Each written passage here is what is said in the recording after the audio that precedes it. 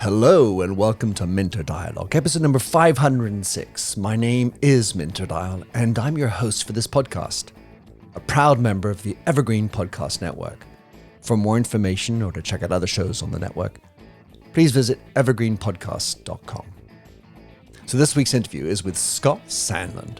Scott is the CEO and co-founder of Cyrano.ai, a natural language understanding system that improves human-to-computer communication and trains people and machines in improved soft skills related to active listening techniques that he honed in his private clinical practice.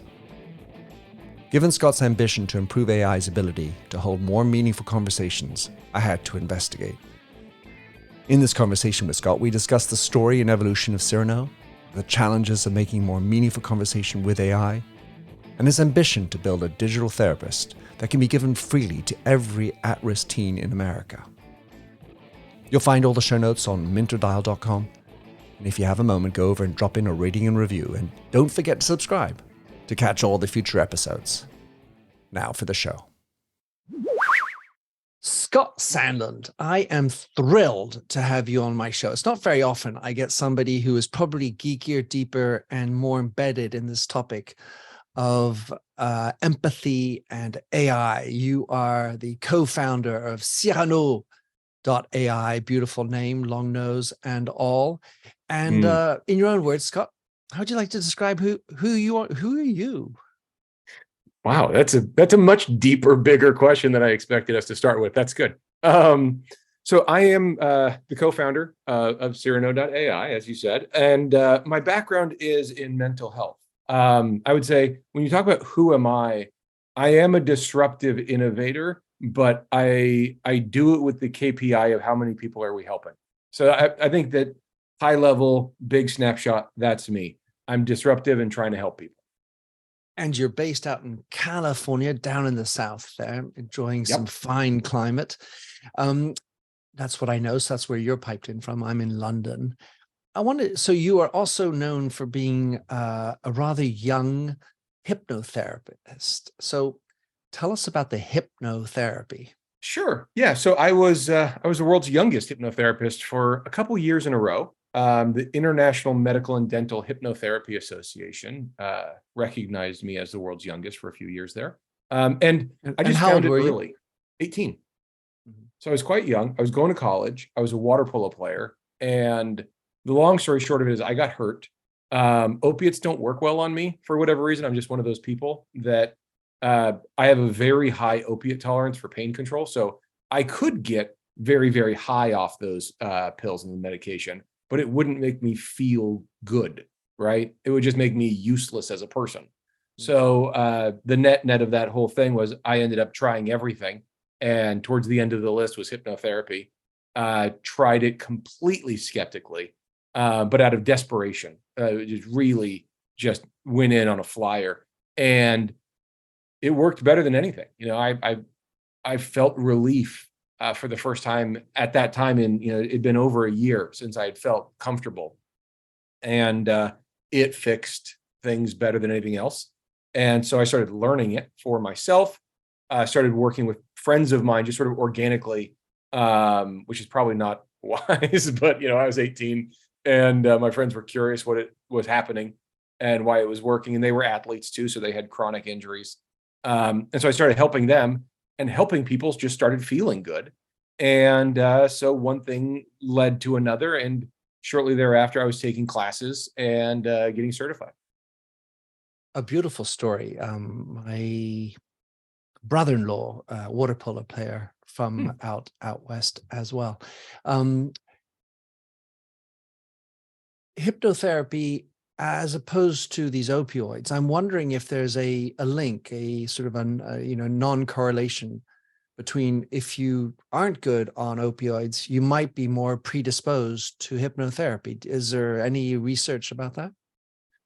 Not that I know of, but I can say that pain control is the most researched and well-documented areas of hypnotherapy. And it's great at it. Hypnosis is a fantastic method for reducing pain. It's I'm a very utilitarian person. Like I want things to work, and it just works, and it works really well with no side effects. Um, and like, I've seen clients for, skull surgeries with no anesthesia, a bunch of dental surgeries, things like that. And I've worked with a bunch of people with chronic pain to help them get off their opiates. So pain control was a major part of my practice, which actually led me into working with opiate addicts, which led me into working with drug addicted adolescents, which led me to Cyrano, because I ended up opening a clinic, having about a dozen practitioners working for me, from psychotherapist to life coach and everywhere in between. We had a dozen or so at any given time, working with the drug rehab centers, with at-risk teens, that population, looking to help them to get relief, to get back in control of their life, and all that. And that's where the really difficult conversations for my career that I got used to started coming from. It's funny, just yesterday I was having a late tea with some French friends, two of whom are dentists. And we actually were talking about hypnotherapy as a dentist, and the nervousness that these two dentists talked Sure. about, like, well, if it doesn't cover the nerve ending, that's a piece of, that's not good. I don't want to be injecting that. But the thing that really strikes me, and I think we're going to get into this, is this notion of pain. Because I have this feeling that in society, we are trying to avoid pain at all cost. Yet at some Yeah. level, pain is natural. It's a natural indicator of our body. And I was wondering, and pain is the most concrete decider of consciousness that we have in our body. Well said. Yeah. I mean, ultimately, we have motivation towards pleasure and away from pain, and that's it. Those are the only two things we have, is towards good, away from bad, and variations and little tweaks on that. But that's it. And so no, motivation away from pain, physical pain, psychic pain, emotional pain, whatever we're talking about. It's, this is bad. Get me away from it. And it is our strongest driver. It is the one that generates instant gratification much better than towards pleasure. Towards pleasure is wonderful. There's pros and cons to both. And one of the great things of get me out of here, get me away from this, is it pushes hard and generates a lot of force. What motivation away from tends to lack is direction and focus. And so if you say, I'm standing at point A, get me as far from point A as possible, there's 360 degrees of options. And let's just call it half of them are good and half of them are bad, just to make it up. But I'm in pain. I want to get out of pain. Half of the ways out of pain are good, healthy things. Do physical therapy, talk to the doctor about your aching knee, whatever it is. And the other half are get wasted so that you don't feel anything, and get, chemically dependent on these opiates, and so there is this important piece that is feedback, that is information, that is your natural systems letting you know that something's wrong that needs to be addressed. And then it is, our higher functioning job to come up with the best, what should I do about it? Love it. I'm enjoying this already. Listen, Cyrano. So Cyrano.ai, you named it after the beautiful play, Cyrano de Bergerac,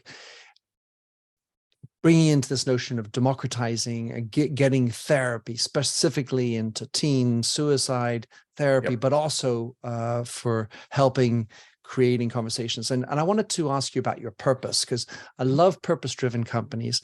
And the fact is that your purpose spoke to me in many ways. And I'll read it out. It says, while there are many great use cases for artificial intelligence to help improve society, we see opportunity to prove AI's ability to have more meaningful conversations. Just crazy how fun that is. So what do you mean by more meaningful conversations? So to me, language defines humanity. It is the thing that separates us from everything else in the universe. It is our ability to share ideas. That's it. Like that is profoundly special. And we are really proud of whales for making noise that has accent and emotion in it. And that's great. And we are overhyped about Coco the gorilla knowing communication, which is not like it was pretty good at sign language, but we dressed that up quite a bit, which was fun. But like anytime there's even a little hint of, oh my gosh, this thing can communicate, like we jump on that, and which is why we're jumping on ChatGPT, which is amazing technology, and I'm not discounting it in any way. But one of the reasons for this response is it's flirting with the most human thing. And my family is a family of conversations. We're indoorsy. Like my family isn't one of those families, oh, we went on a hike together, or oh, we went and did this. My family sits around and has coffee or tea or wine, and we just have wonderful chit chats. And that is our culture. And so this idea of using resources to empower conversations, and especially like meaningful, high value conversations, that's everything. And that's why we love the internet. That's why we love the cell phone. That's why we love the telegraph and the printing press. And anytime it makes the world a little bit smaller and allows us to share our thoughts more effectively, humans are just drawn to it. It makes me think of two connecting dots. The first is Byron Reese, who wrote the book about the fourth age. He says the first age, the two technologies they invented were fire and language, and how that the fire helped us build the brain, which allowed us to bring language to the fore, and this idea of communication being so vital. In the military, they say that the most important thing you have to protect is the line of communication. And absolutely. I kind of think there's a link, because it is our line to humanity, which it turns out is also useful for things like, what time we're going to go to dinner, or send in the troops, or whatever. Right. And anytime you can't get a hold of someone now that you should, like by your standards, like when you expect to get a hold of a person and you can't get a hold of them, it's remarkably frustrating. And there's just all these moments where when you don't feel heard, when you don't feel audienced and recognized, and when you're trying to make a point. I just had a dinner party at my house last night with some family and friends and all that stuff. And there was a moment where three of us all wanted to talk. And one of them was my 6-year-old son. And so he was literally standing on the chair and, just really trying to hold court. And two other people were trying to have two different conversations. And I felt, and I leaned back and I was just like, okay, three people can't be talking at once. And I leaned back and, took my turn and was patient. But in that moment, there was a germ of frustration in there where I was like, I want to express myself. And these two jerks who I love so much are in the way of me expressing myself. It is the thing that we want. We want to feel heard and recognized. And the absence of that is loneliness. And loneliness is one of the worst things you can feel. When you talk about motivation away from pain, very few things are as disruptive to a human as feeling isolated and lonely. And the solution to that, wherever it comes, whether that's a shared hobby, or even a sports team we have in common, or whatever, as soon as we can find that thing that in-groups us together and allows us to talk, it is relieving and satisfying in profound ways. This notion of feeling heard, one of the purposes of Cyrano is to get in there and get that therapy in a free way to them as and when it's needed. And while you position as being preventative, I was wondering to what extent, or how do you evaluate how we've got to this situation? These high risk or higher rates of suicide, the higher rates of loneliness, when we are all so connected, where we all have the phones, where, gosh, that it's never been easier to be connected. Yes, but at a different level. Like, you were talking about, that stage of humanity conquering the cold, right? We were huddled around a campfire in a cave, drawing on the walls. I mean, that's an intimate connection. And texting with my friend in New York hey, it was great to see you while you were in town. When are you going to be back? Hey, I'm going to be out there in a little while. Let's grab lunch. That's not as intimate. And so there's a quality versus quantity argument that can be made there. But yeah, so I mean, doing the work, being a clinician and sitting in front of people and just giving them the opportunity to feel recognized. And, because of the training and the background and the experience, I can help connect dots and show them patterns in their thinking or point out holes in their thinking. But I'm actively listening. I'm paying complete attention to them. I'm being present. And, it's no surprise that just the act of being audienced and having a person sincerely appreciating your situation is therapeutic. It's healthy, it's nurturing. And there are people who only need and want that from their therapist. And obviously there's people who are, outside of that. But there are people who that's all they need is just someone to help them get the momentum of, okay, I'm on the right track. The progress I'm making is working. Someone is telling me, the pat on the backs and all those things. That's part of this. But then also the other part is when I'm having that conversation with the person, how effectively I'm actively listening. So in an easy case, as the practitioner, if I'm distracted by what do I want to have for lunch, that's an easy one. Like that's a bad thing to be thinking about, but it's happened to humans before. Or I'm thinking about my last client because they were more upsetting or more urgent or critical. Or my next client is one that I've been worried about all week. So I know they're coming. So I'm just little moments of awareness and being present are being sort of stripped from that one client who's in front of me, who's, needs the time. One of the great things is the AI can be fully present. The AI can pay attention to everything. It can have no ego, and it can compare this perfectly, given the right data set, with everything else it's ever been exposed to. So maybe an incomplete data set, but from the data set it has 100% retention. So you say this, relatively all-knowing, being very present, being sincere, only focused on you and optimizing for helping. That is the therapist we all want. That is, the sort of sage guru sitting on a mountain. And what if we could build an AI that could be that for us? I think we are closer to that than people thought a year ago. Yeah, it seems that way. I guess suppose the, nitpicking, it is not being sincere. It is being perceived as sincere. That's the key For point. sure. Yes. Yeah. It's just trying to win, right? But so are a lot of practitioners. So are a lot of therapists. I remember one of the most effective sentences I would say I was working with a room of maybe 10 drug addicted guys under the age of 25. So there's 10 guys. They're all in their early 20s. Got a bunch of testosterone. They're all addicted to something. Half of them are there because the judge is making them be there.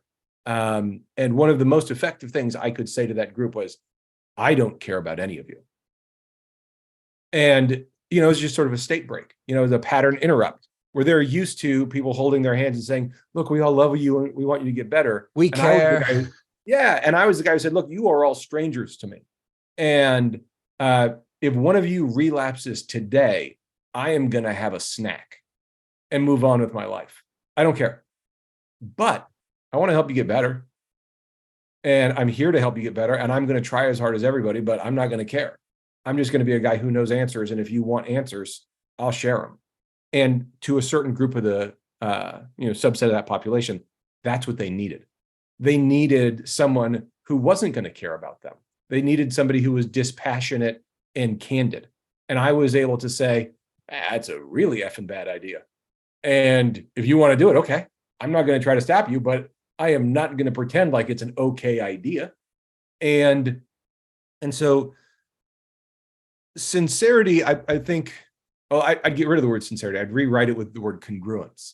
And I think congruent is more utilitarian. I think there's more usefulness to congruence. I mean, obviously, I want sincerity in my relationships, but congruence in your communication and that the follow through is going to match the words. That's what we want when we need help. There's something you said in that which reminded me of something I also read about what you're up to, and this idea of winning a conversation, because that at sort of an eyebrow raiser, because in the testosterone filled, it's all about me speaking, and I'm not feeling heard. I want to win arguments in the divisive world we live in, where politics is prone to erupt all over the place. It's about me winning over, beating you up, and so how do you articulate in the coding of a Cyrano the idea of winning in the way that you mean it? Yeah, and this was actually it's a great question. It's really connected to the heart of Cyrano. So the style of therapy that we taught a lot at it's called the Newport Clinic, was the clinic that I was the executive director of. The one that we found was working a lot, which is not original to us, and I don't want to make it sound like I'm taking credit for this idea. It's playing chess against the person's problem, but not against the person. So you're a 16, 17-year-old boy, and you decide to start smoking. You know smoking's bad for you. Everyone knows smoking cigarettes is bad for you. No one on the planet thinks it's okay for you. Everyone knows cigarettes are bad. So why does anybody start smoking? Because they're willing to sacrifice their future health to get something now. And so they say, hey, I'm 14 and I'm angry at my dad for no reason. I've got too much testosterone. And I'm feeling outgrouped and I'm looking for a tribe. If I can smoke a cigarette with that group of people, I'm not going to get bullied or picked on. I'm going to be in a pack, and I'm going to give up my future health for my immediate social safety or feeling cool or feeling rebellious or whatever. So playing chess, I'm sacrificing a pawn to get position or to capture a rook or whatever it is. And so what we would teach is, we're going to start on opposite sides of the table, but I want to come around and show you, hey, here's the problem with your strategy, is you're giving up this pawn too early for not enough benefit. So I want to undermine your strategy and then say, here's the way to get that same positioning without giving up as much. And so you still get everything. I'm not asking you to sacrifice. I'm asking you to stop sacrificing. And I'm asking you to reduce your sacrifice. And now we're playing chess against the problem, not against each other. And so when you look at it from and that was a big part of the philosophy of how we wanted to train the system, which was to understand that what we want to do is optimize for mental states. And there's things called predicate mental states. So easiest example is, you're rarely angry first. You're usually something like scared before you're angry. And angry kind of comes as the big brother of fear. It kind of shows up late to protect. And so there's this predicate state. You're usually confused before you learn. You're usually scared before you're angry. It's, there's these patterns that emerge in the way our feelings and thoughts work. And so if we can look at hierarchies and patterns and say, okay, this is a pattern that a person goes through before they make decisions. And one of them is desire, ability, reason, need, commitment. And so you see a person go through that process. They want something, then can they have it? Should they have it? Do they really need this? Okay, I'm going to go do it. And you watch them think through that. Well, if we can linguistically place a person on that hierarchy, we then know what we need to do to get them to the next spot, to the next spot, to the next spot, which is a big part of therapy. You figure out where a person is in a continuum of commitment. Are you going to do your physical therapy? Are you going to do this? Are you going to do that? Or not? And then we have to get them to make that next commitment and move them through that process. And it's very much guiding. Hey, small business leaders, are you looking for an easier way to onboard and manage remote employees? Or are you feeling you're just doing it all at your company? JustWorks makes it easier for you to start, run, and grow a business. So let me tell you how JustWorks can help your business. Give you an example. For anyone who follows my work, you'll know how deeply I believe that great people are at the heart of every business. And JustWorks can help you attract and retain top talent in a competitive market because their platform gives you access to rich benefits, usually only available to large corporations, plus a range of health, fitness, and financial perks, because you and your team deserve them too. And on top of that, the way people are working is changing, and you need human resources tools that can keep up. Whether your team is local, remote, or distributed, JustWorks helps you comply with state payroll tax requirements, keep up with their state labor laws, and access health insurance plans in any state. They also provide proactive support for federal, state, and local employment-related compliance needs. JustWorks makes it simple to hire and manage remote employees across all 50 states of the United States. It's a cloud-based platform that enables managers and employees alike to quickly and securely access benefits, payroll, and other HR functionality from anywhere, anytime. They provide an intuitive, self-service user experience that makes admin easier for the whole team. And they provide help when you need it with 24/7 expert support for you and your employees. By the way, JustWorks believes it's your right as a customer to have a phenomenal service experience every time. Also provides access to certified HR consultants who can provide tailored guidance and best practices around managing your people, with transparent pricing with no hidden costs, so you always know exactly what you're paying for. You can run your business, therefore, with confidence with JustWorks. So take a look at JustWorks transparent pricing by visiting justworks.com/pricing. That's justworks.com/pricing for details. I love it. I can't help but think that the analogy is, and this is sexist, but feels a little bit more masculine. This idea of winning, not that, women don't want to win, obviously, but there is a feeling that the chess analogy and this idea that victory is what it's about, feels like a more masculine approach. And I wanted to just circle back on something you said before, which is you used the word candor. And I would like to add the word of discipline and structure. Because without candor, like honesty, oh, you're the best. You came in 17th out of 17. Here, have a star. Sure. No, you're not the best. You may have tried hard, but you're not the best. You're 17th best. You're the 17th best. Let's stop lying. Have some candor in this stuff. And then the idea of structure, like a chess game, which has rules. In our society, I had this feeling that this lack of candor, maybe a Pollyannish kind of way of looking at life, and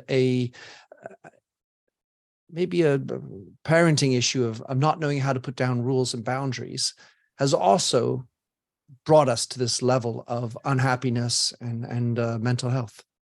Or both parents working because everything's so expensive. And so you have two exhausted parents who aren't good at parenting. They're just humans, like all of us. Like all of a sudden you go to the hospital, you come back with a kid and you're like, oh, there was no test. We don't know if I know what I'm doing yet. There was no like bar exam that I took to say, okay, now I can drive a car, but none of that for raise a kid. So you're just two busy people in your late 20s, early 30s, or whatever, in your 20s or 30s. And now all of a sudden you have this human and your job and you're exhausted and you don't know what's right. And you won't know because the feedback loops are really slow. And okay, let's give the kid a trophy for getting 43rd place. Here's the thing about that. The kid knows it's garbage too. Once they're 12, when you're 6, you don't care. You're just driven to soccer practice. But when you're 12, 13, 14, and someone's cheering on your 43rd place or your 17th place or whatever, you feel that it's hollow. You know that there were 11 or 12 people in front of you. You know that. And so everyone trying to dress that up, it feels insincere and sort of saccharine. So you get these kids who know that isn't satisfying to them. You get parents who are trying their best to figure things out. You get this complicated world of moving fast. I believe we are no longer in the information age. I think I wrote a blog post about this a couple of years ago. But it's increasingly true that we are in the post-information age. You look at someone's Instagram feed, that's not information, that's marketing. And now all these people have their highlight reels out there, and everyone's just comparing highlight reels and Photoshop airbrushed versions of themselves. And it's just fake. And that insincerity, that lack of intimacy and true connection, that's the problem. I mean, it's one of the many problems where we talk about communication being so important. When we're all transmitting fake information, we don't believe the information coming back either. And we just know that everyone's shouting propaganda at each other instead of hearing each other and having real conversations. Because I'm not going to listen to your LinkedIn feed or your Instagram feed, because I know those are marketing. And I know that's not your real you. And it's like, does anybody really believe the dating profile? No, everyone knows that that's, 5 friends wrote that together over a glass of Pinot. And so getting back to authentic conversation, like what you and I get to do here, if I stop monologuing, is that idea of actually exchanging and actually wondering instead of just, transmitting. Speaks to me in volumes, this notion, this fake image story, the lack of candor, the lack of ability to say something that could be painful to hear. You fucked up. Yeah. You didn't try hard enough. And those, then of course there's nuance in all of this, because if it's all about, slamming somebody once again, and society has a way of slamming parents. And so it's a very complex world. It is. In the time that we have left here, Scott, I want to get into a little bit more about Cyrano itself. Sure. I've never had a chance to try it, but I'm hoping that we'll get a glimpse of it after this Zoom call, because Cyrano is applied to business cases, helping customer service and other ways for businesses to operate better and understand the language of clients and such. But let's start with, to what extent you're a therapist, you're a hypnotherapist, and to what extent are you a coder, and how important is that in this world of Cyrano.ai? Sure. So I am not a coder. I know a little bit of HTML, and I can edit HTML pretty well. I can write HTML not very well. But I understand computer systems at a whiteboard level, is probably the best way to describe my knowledge base. And I can whiteboard well with people who know what they're doing. And I can read whiteboarding absolutely well enough. Like I can understand the language, but I can't speak it. I can understand whiteboarding quite well. And so as we're architecting, as we're architecting what we wanted Cyrano to do, I was very effective there. And then obviously there's a handoff of that relay race where I become incredibly unuseful. But that ideation stage, I can do quite a lot. And going back to your point about the sort of the chess winning and losing piece, yeah, I think you're right that there is a component of that that's sort of traditionally masculine, competitive, and all that. But that is how the AI learns, and that's one of the big things that everyone's talking about with GANs, the general the adversarial neural networks, right? That's generative in nature. So it's doing that by competing against itself, and playing chess against itself, playing Go against itself, playing Dota or whatever the thing is. It's playing against itself to get better and better and better, and iron sharpens iron, steel sharpens steel kind of thing. But then transitioning that self-competitiveness then into the conversation, so it's still not adversarial in nature when it's deployed, is part of all of that as well. I'm fascinated by that. So I asked you about the coding because what for all the hype that's around ChatGPT and the other types of bots, Baidu and everybody else is hot on these LLMs. For you, and I've also talked to our mutual friend Grin Lord about this, what are the major obstacles for getting Cyrano to the next level? What are you, is it the getting the right data? Is it teaching it to figure out the adversarial learning mechanisms? Is it removing bias, giving it too much agency or not enough? How would you describe the biggest obstacles? So it's a crawl, walk, run, as it should be. And what I look at is confidence threshold for increasingly important conversation. So the most protected thing should be the health of children. So we have all these wonderful laws protecting that, HIPAA laws and because they're a minor and all these things. So that's the most protected thing. Good. And we just kind of move backwards, and we just keep moving backwards, and we move all the way back to a car dealership. And that is not a protected thing because no one cares. There's rules about lying and cheating, but we all know what happens when you go into a car dealership. It's a negotiation between two people over an automobile, and that seems pretty fair. We're all going in with our head up. There's no vulnerable person in that conversation, hopefully. And so you start, it's a high value conversation. This is tens of thousands of dollars. This is a big purchase. This is a negotiation. This is all the stuff. And you start there and you keep moving. So the way Cyrano, and it's kind of a weird response to your question, but I think it answers it actually, is we're going through, sort of gates of increasing ethics requirements and the ability to do harm if we're bad at this. And so the approach we took was to not move fast and break things, which is a reasonable approach in entrepreneurship and innovation. We decided to be very deliberate and slow. And so we said, we're going to come up with a method. We're going to do it in lower ethical values, but still financially important conversations, and then just keep going up and moving through those scenarios to increasing levels of regulation and ethical stringency. So that's interesting. So in the notion of depth, if you will, or the length with which you can entertain a coherent, congruent conversation about sale of a car is parametered, because you're not going to start talking about Nietzsche right in the middle of selling a car. Right.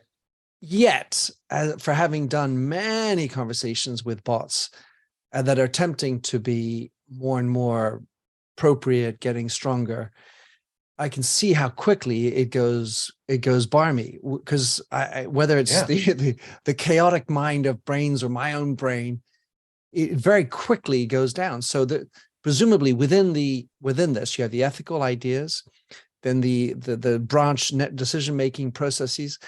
Yep. How far down can you go with probabilities in mind? Yeah. So the way we decided to build Cyrano was to not be a chatbot. And this is kind of odd, but I think we just got lucky and got proven right. We'll see. We decided that what we wanted to do was just be a piece of the engine and not be the LLM. And this was before LLMs existed. We said, we genuinely said either DeepMind or OpenAI were two of the four companies we named. Igo and Pat, I think, were the two others. But we said one of these guys is going to figure out the conversational level and sort of the Turing test kind of stuff. We're not trying to do that, and we're not trying to deceive anybody. And that's a really important part of what we've built, is we never want to pretend we're something that we aren't.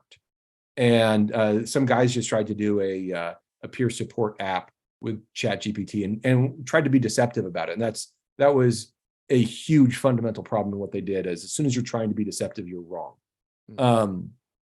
It's an easy rule. And so what we want to do is, at this stage, and what we are doing, is empowering the person or agent having the important conversation.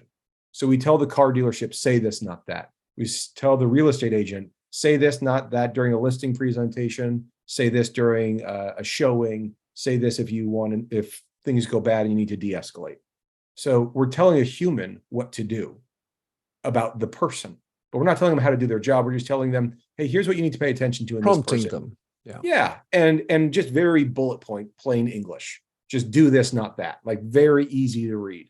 And we're doing that in increasingly difficult environments. And so you do it with a car dealer, you do it with a real estate agent, you do it with a guy who sells boats, you do it with a person who's selling life insurance, you do it with a person who's doing customer success, you do it with a person in healthcare, and you just keep moving into, increasingly stringent regulations, but you're helping the people having the conversation. And that's a safe place for us to be. Well, I mean, even though, let's say, life insurance and buying a big home, your first home, these are conversations that are not only high value, but can relate into your philosophy of life. I have on my Dialogos a woman, Jo Petroni, who's an architect, and she talks about the power of that conversation about building your first home. Anyway, so I think a lot of conversations can become meaningful, even talking about a sports team, providing you get into the nuts and bolts of it. So the notion that I wanted to spend our last time on is this idea of encoding empathy. Mm-hmm. And obviously it's an important topic for you. To what extent is it sort of at the top end of the importance of topic in creating your Cyrano? It's a big part of our why, because it's the thing that we've all talked about systems lacking is, soft skills, empathy, this ability to relate in some way. And I think empathy there's a utility to it as well. So when I give lectures, I say, how many people know the difference between a normal computer and AI? Could you explain that to your grandma? And most hands go up. At this point now, depending on the age of the room, half the hands go up, something like that. When I say, who knows the difference between sympathy and empathy? No hands go up. It's interesting that fewer people have that one, sort of their head wrapped around it. Humanity. Yeah. Hey, who knows about computers? And hands go up. Who knows about the person to your left? And a lot of people, keep their hands down. And the difference is sympathy is, if you say I had a bad day, sympathy is me saying, oh, that sucks. I'm sorry. That's sympathy. Okay. But empathy is me saying, how can I help? And meaning it, wanting to help, like an intrinsic desire in me to improve your situation in some way. And wanting that for you and wanting to know enough that I can be effective at improving your situation in some way and asking the right questions so that I can do that. And like I said, there's utility in that, because if I ask a whole bunch of questions and ask the wrong questions and move in the wrong direction, we're missing. And so we need to make sure we're pointing in that direction. And that's, I think, the way that we can get computer systems to understand empathy is this is ultimately functional. And what we want to do is pay attention not just to the objective, but to the subjective. And as we're building systems that can optimize subjectively, we're building things that can move in the direction of empathy. Well, let me push back a little bit. Please, yeah. In one area, which is, for me, empathy is not the action that you take, the desire to help.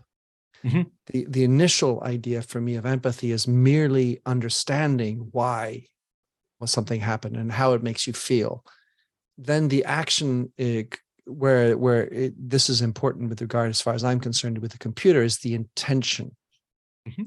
What are you trying to do? And of course, intention is hard to see as a receptor, but when you're the actor encoding it, the intention, of course, is to help.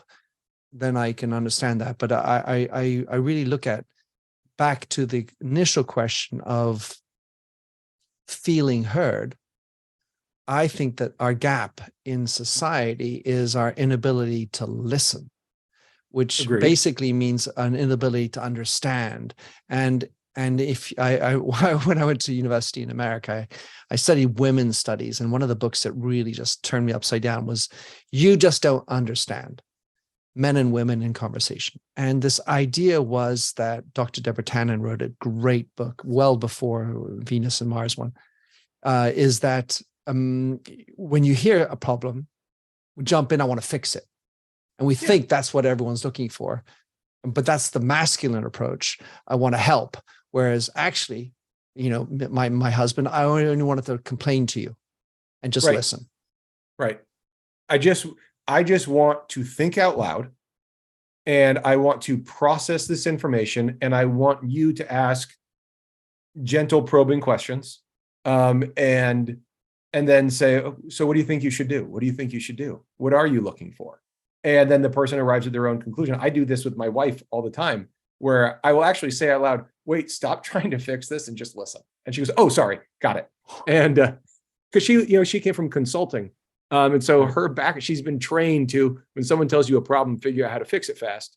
And like, we've gotten to the point, obviously in our marriage, where we can just say, no, I just need you to listen while I talk about this. And that's, I agree with you.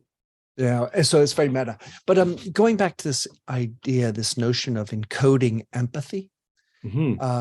the challenge, and I'm not looking at it from a programming standpoint per se, but how does one go about creating that empathy? Is it just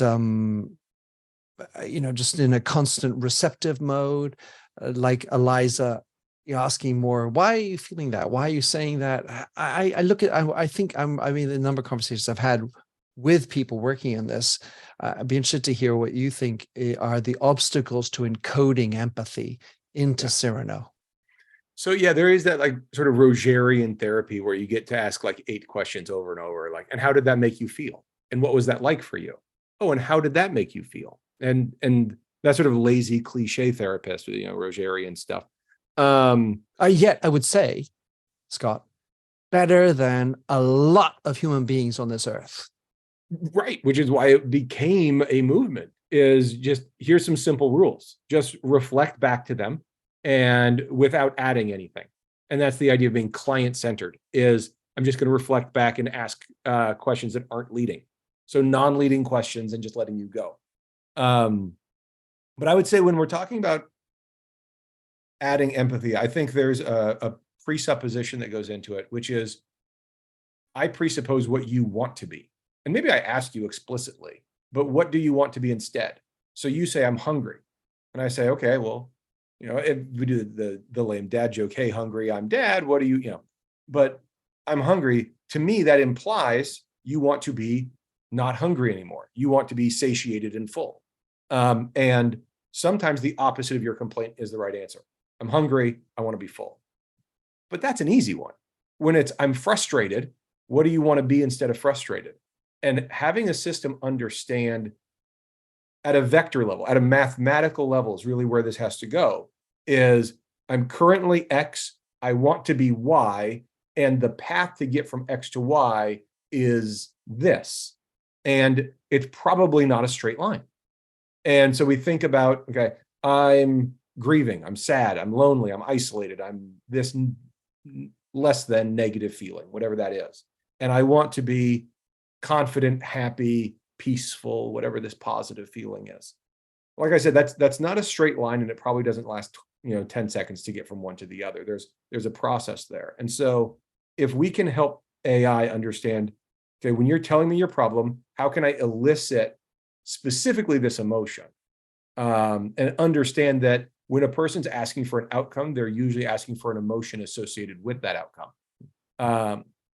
And so if we can figure out what that emotion is, and then understand what that path is emotionally, and help a person progress through that path, they don't even need to get there as long as they're getting there. And if the AI system can help a person identify the path, identify the sort of the waypoints, and get them on their way, that's an amazing thing that will be, very difficult to build, but we're on our way.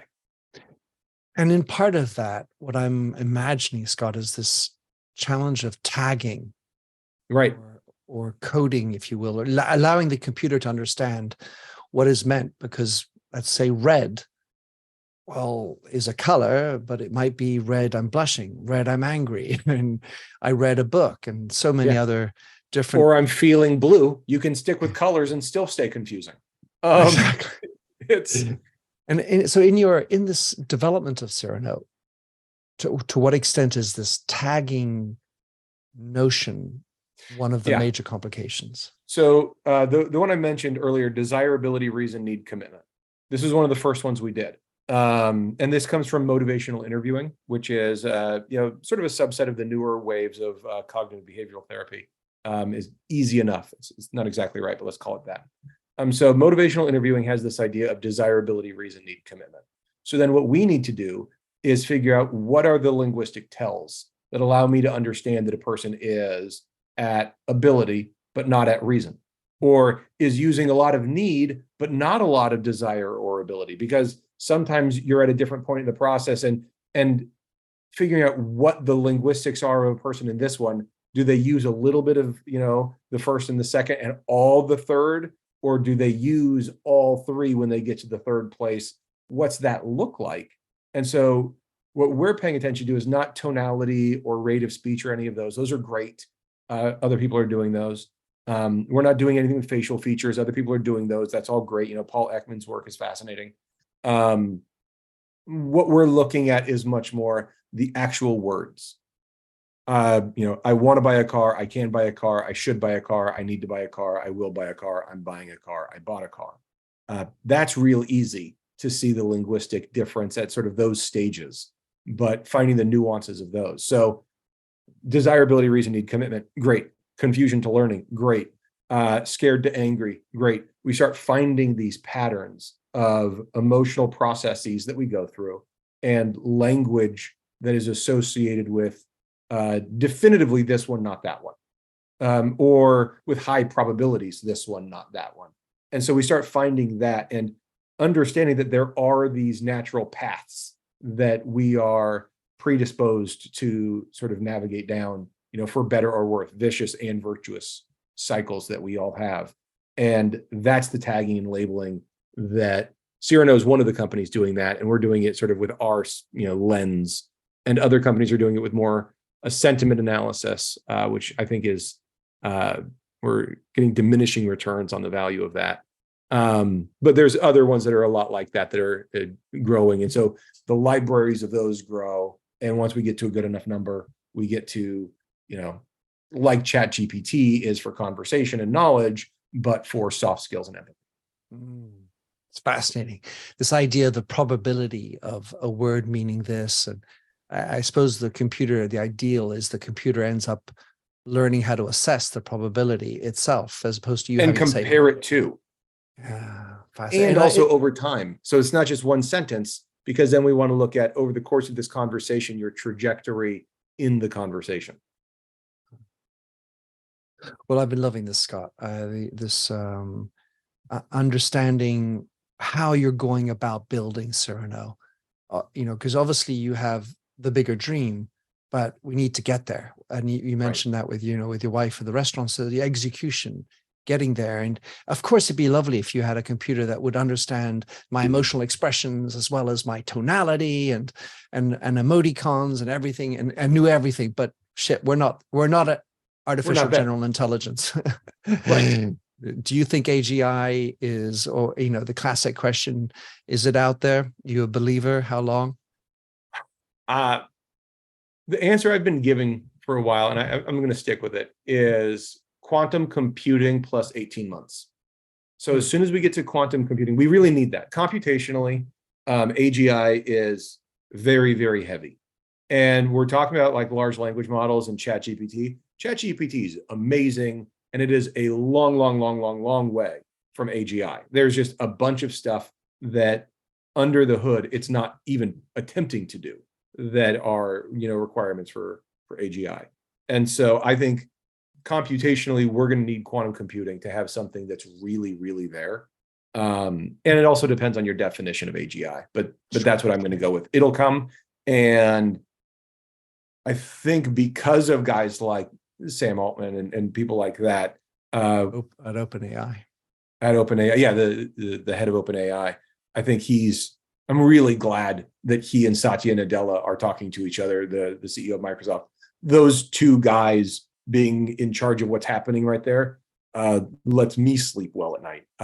So I think moving wisely and slowly in the direction that we are moving, it won't drop on us one day. It will be, there will be acclamation points like ChatGPT that we'll be dealing with over the next few years. And I'm assuming your appreciation of Nadella is his empathic strain. Yes, he is a rare leader Absolutely rare leader, especially in the tech space. And we mapped them, by the way. We mapped all the tech leaders. We grabbed their Twitter feeds and we grabbed their last 2,000 tweets and we made a map of them. And Satya Nadella is a profoundly special leader in the tech world for his ability to combine big picture thinking, make bold decisions, have a background and underpinning in engineering, but be so empathetic and really understand the human condition. Like you don't find people like that. And so having him and Sam Altman, who's obviously also in charge of Y Combinator for a long time. So what the two of them have in their heads, what they've synthesized, and that they want to make the world better, and they're not chasing quarterly profits because they know they don't have to. They can play a bigger game. That's the direction we need to be going in. And I only hope that Cyrano can be a very, very small part of making those two guys more effective. That is a beautiful mission, Scott. As you're speaking, I was thinking about how I fed my book Artificial Empathy into Watson to see what Watson had to say about me. Scott, on these fine, lovely, positive thoughts, how can someone get to understand Cyrano, learn more about it, or learn more about you, your writing? Where would you like people to go? Sure. LinkedIn is the best place to find me. I'm pretty active on LinkedIn.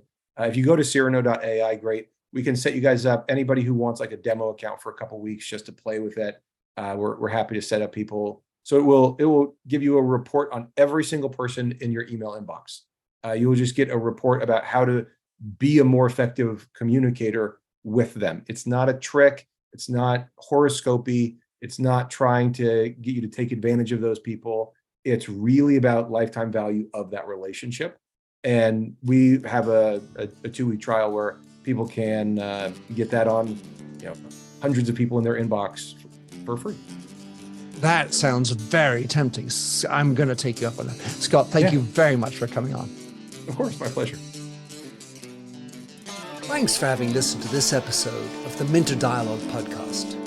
If you like the show and would like to support me, please consider a donation on patreon.com/MinterDial. You can also subscribe on your favorite podcast service. And as ever, rating and reviews are the real currency for podcasts. You'll find the show notes with over 2,000 and more blog posts on minterdial.com. Check out my documentary film and 4 books, including my last one, You Lead, How Being Yourself Makes You a Better Leader. And to finish, here's a song I wrote with Stephanie Singer, A Convinced Man.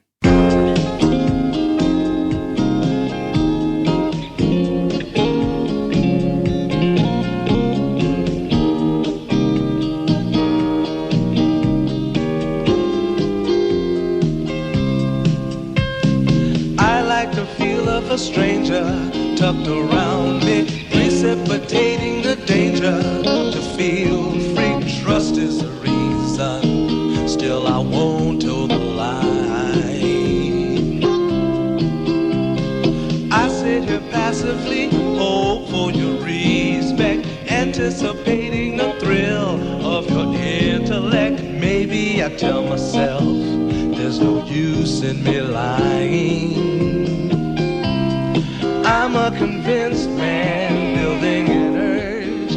I'm a convinced man, to live and die submerged. A convinced man, in the arms of a woman. I'm a convinced man, challenge my fate. I'm a convinced man, competition's innate. A convinced man, in the arms of a woman. Despise revenges and struggle with deceit. Live for the challenge so life's not incomplete. What's wrong with challenge? I know soon we all die. I like the feel of a stranger tucked around me, precipitating the danger. To feel free, trust in my reason, and let me show you why. I'm a convinced man, practicing my lines. I'm a convinced man.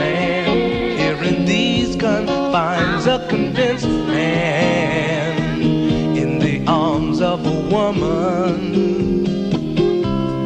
I'm a convinced man, put me to the test. I'm a convinced man. I'm ready for an arrest. I'm a convinced man in the arms of a woman.